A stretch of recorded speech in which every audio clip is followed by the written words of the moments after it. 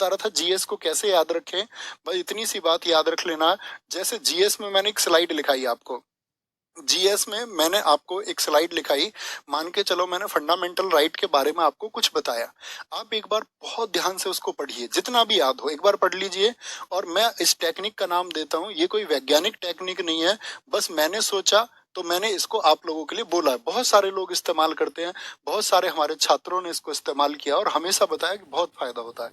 आप एक बार पढ़ लीजिए जो लिखा है, सिर्फ एक आर्टिकल को, बहुत सारा नहीं, एक आर्टिकल पढ़िए कि हमने अभी ये पढ़ा भैया इस बार क्वेश्चन।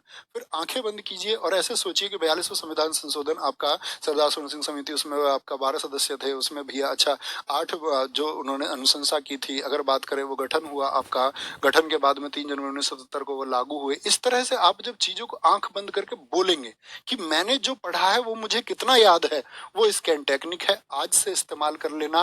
और दोस्त इसका फायदा देखना, हर एक छात्र के लिए बेहद उपयोगी है और आप पाएंगे। जब आपको लगे ना कि आप सारा नहीं बोल पाए, फिर एक बार पढ़ लीजिए उसको, एक बार पढ़ के फिर बोलने का प्रयास कीजिए, वो चीजें आप देखेंगे बहुत लंबे समय तक आपके लिए स्थायी हो जाएंगी। और याद रख लेना मेरी बात को, घर की दीवार पर नाखून से लिखेंगे, क्या बोलोगे? घर की दीवार पर नाखून से लिखेंगे, तेरी बेवफाई हम सुकून से लिखेंगे, तेरी बेवफाई हम सुकून से लिखेंगे। खत स्याही से लिखे तो फाड़ देती हो, खत स्याही से लिखे तो फाड़ देती हो, इस बार खत हम तुमको खून से लिखेंगे। तो ख्याल रखिए अपना बहुत सारा। बाय बाय, टेक केयर, जय हिंद, जय भारत। मिलते हैं कल। नमस्ते।